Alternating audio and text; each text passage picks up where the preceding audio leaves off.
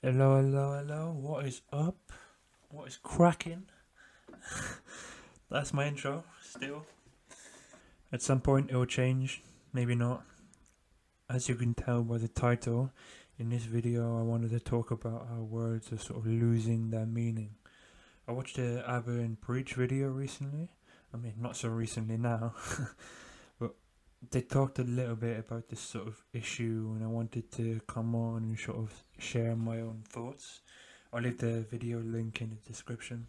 But overall, I think this is partially our fault, but I also think it's sort of part of the culture. I came across this a lot stronger when I started studying Spanish.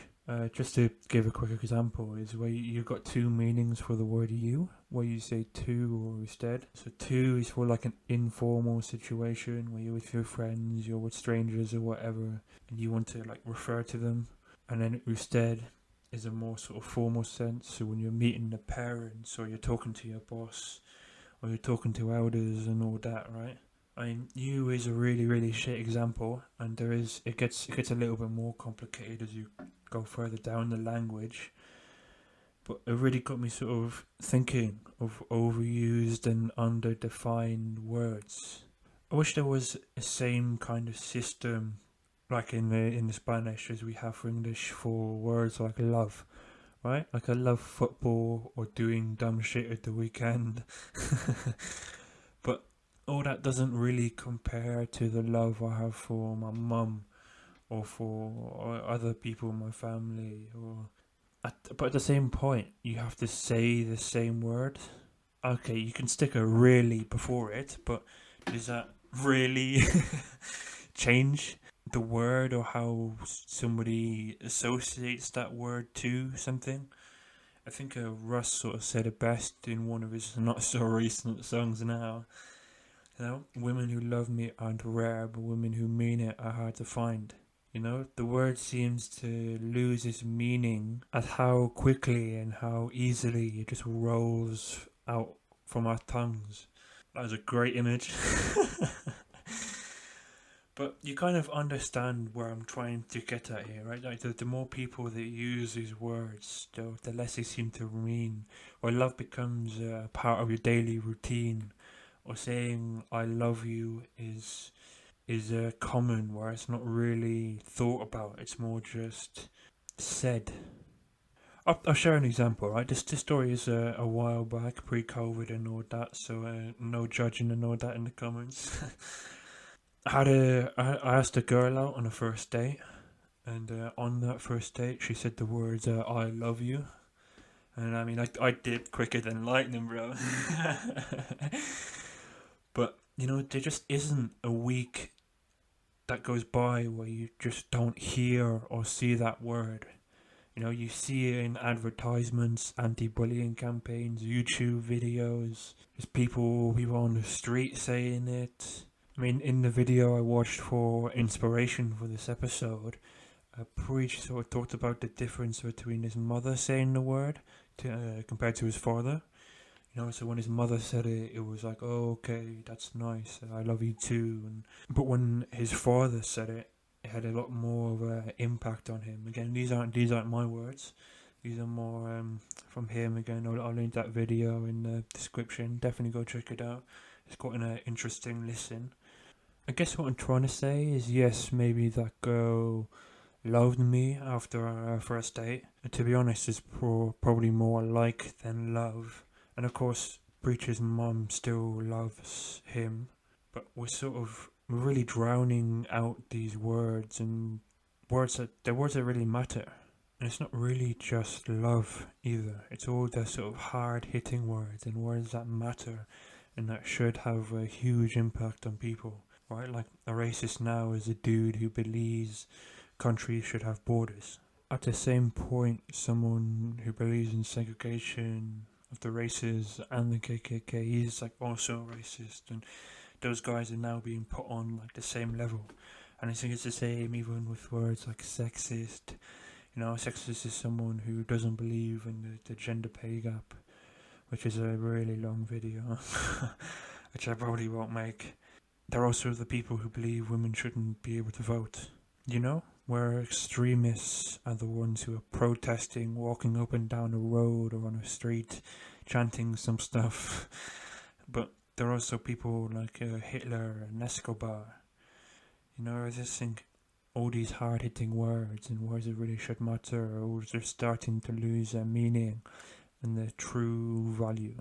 Now, just to bring it back to love, where love is posted everywhere. Like, love is now a stranger you meet on a first date, but it's also how you feel about your pet, which you brought up from a puppy.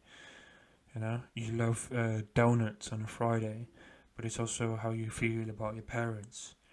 Words really have meaning and words need to matter, where today people sort of throw them around like candy at Halloween. Now, accusing someone of being a racist is a huge deal. I mean, it's a huge deal to me anyway, because it decides if I properly want to associate with that person, if I'm actually going to take in what they want to say when it comes to race and maybe a couple of other subjects. Then I'll always cooperate. I will always cooperate with them, and I will never try to get them fired or whatever. Everyone should have the freedom to think however they want, no matter how dumb I think it is. It affects our relationships. Being racist is no longer being racist. Right? You can just be a racist for having dreads in your hair if you're white. It's the same with all these hard-hitting words, right? Like sexual assault is no longer a sexual assault. It's the ugly dude at the club who doesn't know how to approach, and he just looks a little too hard and stumbles upon his words and is probably a little too cringy. Having depression is no longer about being in the dumps or suicidal thoughts. It's social media and our culture have turned it into the Monday blues. Just to make it clear, because I don't think it's fully coming across, I look at these things very serious, right? Sexual assault, racism, depression, all that kind of stuff. I mean, even love. So if you're getting ready to write your angry comments, I get it. I probably have a couple of things to say to this too. But just give it a second listen and wait till the end of the video and tell me what you think. I believe being labelled a sexist or racist or whatever it is you sort of want to add sort of compromises the person. Personally, their value, what they have to say when it comes to these topics. As days go by, I just begin to take away the value of that word.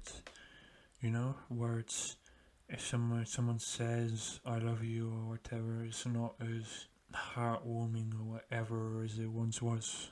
But it's the same sort of thing, being cold, whatever it is you want to say. It's, I don't know, maybe I'm chatting shit. But at the same point, I can't go on, and I've been really trying to work on it recently. Saying sorry a little bit less, not because I want to be an asshole, but because when I say the words, I want them to mean something. I do get caught a lot of the time, right? I can go, oh sorry, can you repeat that again? Or saying sorry to dumb stuff, or saying I love donuts on a Friday or whatever. It's really difficult to change your language. I think it's something that should happen, but I don't think it will. When you look even at the money involved within love, when you look at the money involved in these type of words and the amount of clicks they get on social media, oh, this person's a racist or whatever, I gotta check it out, or I gotta dox this person, or clicks, journalism, I get it, right? You need you want your stuff to be seen, and if it means just including racist or homophobe or whatever words you want to put in there, that's a high emotional. I get it, I understand, right? Content, journalism, I get it, but I kind of want to leave you with just to start thinking about it a little bit more. Try and take note of how many times you hear love within the next sort of week, or don't. Maybe I'm just some 20-year-old chatting shit. But let me know what you think in the comments, and peace.